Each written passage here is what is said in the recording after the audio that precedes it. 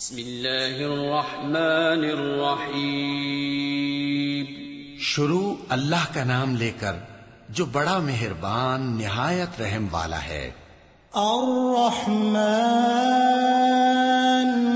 علم القرآن خلق الانسان علمه البیان۔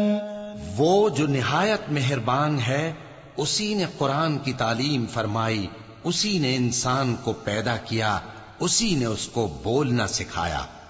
الشمس والقمر بحسبان والنجم والشجر يسجدان والسماء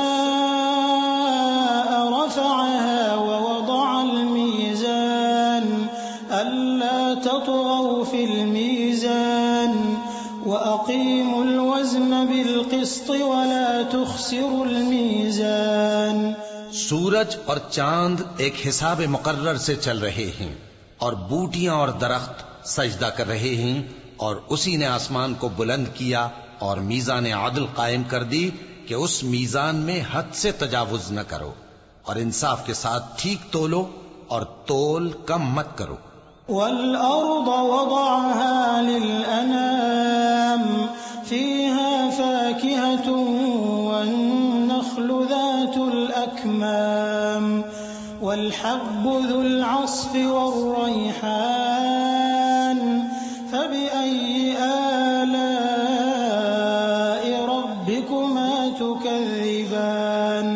اور اسی نے خلقت کے لیے زمین بچھائی، اس میں میوے اور کھجور کے درخت ہیں جن کے خوشوں پر غلاف ہوتی ہیں، اور اناج جس کے ساتھ بھس ہوتا ہے، اور خوشبودار پھول۔ تو اے گروہ جن و انس، تم اپنے پروردگار کی کون کون سی نعمت کو جھٹلاؤ گے؟ خلق الانسان من صلصال كالفخار وخلق الجان من مارج من نار فبأي آلاء ربكما تكذبان۔ اسی نے انسان کو ٹھیکرے کی طرح کھنکھناتی مٹی سے بنایا اور جنات کو آگ کے شعلے سے پیدا کیا، تو تم اپنے پروردگار کی کون کون سی نعمت کو جھٹلاؤ گے؟ رب المشرقين ورب المغربين فبأي آلاء ربكما تكذبان۔ وہی دونوں مشرقوں اور دونوں مغربوں کا مالک ہے، تو تم اپنے پروردگار کی کون کون سی نعمت کو جھٹلاؤ گے؟ مرج البحرين يلتقيان بينهما برزخ لا يبغيان فبأي آلاء ربكما تكذبان۔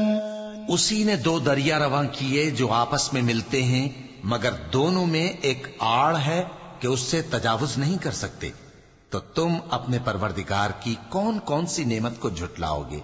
يخرج منهما اللؤلؤ والمرجان فبأي آلاء ربكما تكذبان۔ ان دونوں دریاؤں سے موتی اور مونگے نکلتے ہیں، تو تم اپنے پروردگار کی کون کون سی نعمت کو جھٹلاؤ گے؟ وَلَهُ الْجَوَارِ الْمُنشَآتُ فِي الْبَحْرِ كَالْأَعْلَامِ فَبِأَيِّ آلَاءِ رَبِّكُمَا تُكَذِّبَانِ۔ اور جہاز بھی اسی کے ہیں جو سمندر میں پہاڑوں کی طرح اونچے کھڑے ہوتے ہیں، تو تم اپنے پروردگار کی کون کون سی نعمت کو جھٹلاؤ گے؟ كل من عليها فان ويبقى وجه ربك ذو الجلال والإكرام فبأي آلاء ربكما تكذبان۔ جو مخلوق زمین پر ہے سب کو فنا ہونا ہے، اور تمہارے پروردگار ہی کی ذات جو صاحب جلال و کرم ہے باقی رہے گی، تو تم اپنے پروردگار کی کون کون سی نعمت کو جھٹلاؤ گے؟